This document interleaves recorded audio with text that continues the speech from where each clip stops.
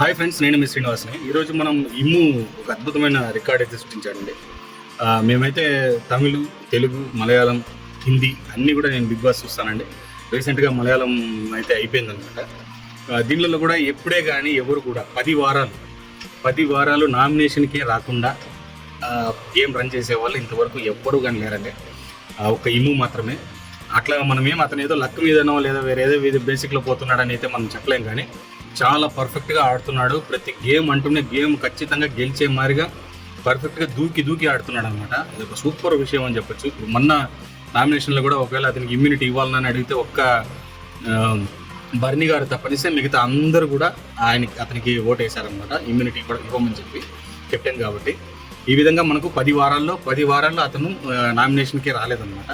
ఇది ఒక గొప్ప విషయం అని చెప్పొచ్చు. మంచి ఆట అతను. ఇంతవరకు నేను చాలామందిని మనం చూసాము. 9 సీజన్లు ఆల్రెడీ మనం ఇంతకుముందు కూడా చూస్తున్నాం.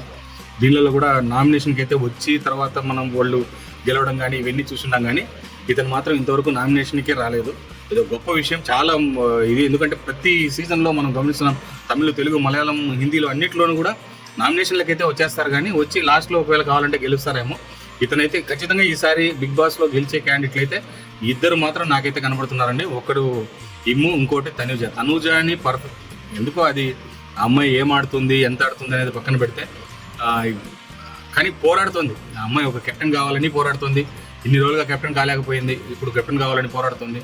చాలా కష్టపడుతుంది, మనం కాదని చెప్పకూడదు. కానీ ఈసారి కెప్టెన్ అవుతుందో లేదో చూడాలి. ఇప్పుడు కూడా చాలా పోరాడి కష్టపడుతూనే ఉంది ఆ అమ్మాయి. చూద్దాం, ఒకవేళ కెప్టెన్ అవుతుందేమో. ఇక మనకు ఇమ్ము అయితే కనుక ఇమ్ముని అయితే చాలా పొగడాల్సిందే. దీంట్లో మాత్రం మనం ఏం తక్కువ చెప్పేదానికి లేదు.